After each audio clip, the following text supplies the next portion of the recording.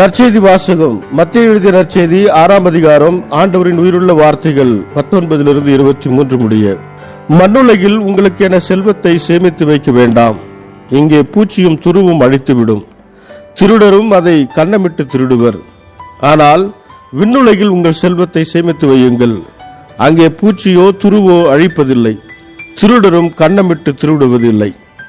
உங்கள் செல்வம் எங்கே உள்ளதோ அங்கே உங்கள் உள்ளமும் இருக்கும். கண்தான் உடலுக்கு விளக்கு. கண் நலமாயிருந்தால் உங்கள் உடல் முழுவதும் ஒளி பெற்றிருக்கும். அது கெட்டு போனால் உங்கள் உடல் முழுவதும் இருளாயிருக்கும். ஆக உங்களுக்கு ஒளி தர வேண்டியது இருளாயிருந்தால் இருள் எப்படி இருக்கும்? இது கிறிஸ்து வழங்கும் நற்செய்தி. கிறிஸ்துவே உமக்கு புகழ்.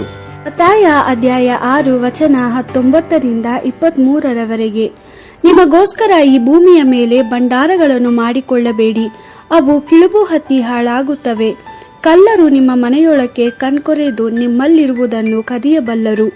ಆದ್ದರಿಂದ ನಿಮ್ಮ ಭಂಡಾರಗಳನ್ನು ಪರಲೋಕದಲ್ಲಿ ಮಾಡಿಟ್ಟುಕೊಳ್ಳಿ, ಅಲ್ಲಿ ಅವುಗಳಿಗೆ ನುಸಿ ಹಿಡಿಯುವುದಿಲ್ಲ, ಕಿಳುಬು ಹತ್ತುವುದಿಲ್ಲ, ಕಳ್ಳರು ಕಣ್ಕೊರೆದು ಕದಿಯುವುದಿಲ್ಲ. ನಿಮ್ಮ ಭಂಡಾರ ಎಲ್ಲಿರುವುದೋ ಅಲ್ಲೇ ನಿಮ್ಮ ಮನಸ್ಸಿರುವುದು. ಕಣ್ಣು ಶರೀರಕ್ಕೆ ಬೆಳಕಾಗಿದೆ. ನಿನ್ನ ಕಣ್ಣು ಸರಿ ಇದ್ದರೆ ನಿನ್ನ ದೇಹವೆಲ್ಲ ಬೆಳಕಿನಿಂದ ಕೂಡಿರುವುದು.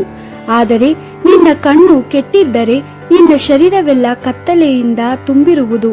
ನಿನ್ನಲ್ಲಿರುವ ಒಂದೇ ಬೆಳಕು ನಿಜವಾಗಿಯೂ ಕತ್ತಲಾದರೆ ಆಗ ನೀನು ಕತ್ತಲಲ್ಲಿರುವೆ.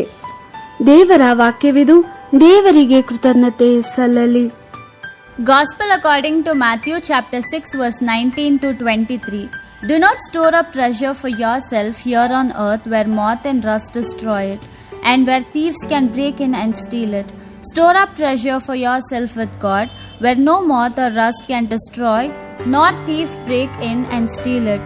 For where your treasure is, there also your heart will be. The lamp of the body is the eye. If your eyes are sound, your whole body will be full of light. If your eyes are diseased, your whole body will be in darkness. Then, if your light has become darkness, how dark will be the darkness? The Gospel of the Lord. Praise to you, Lord Jesus Christ.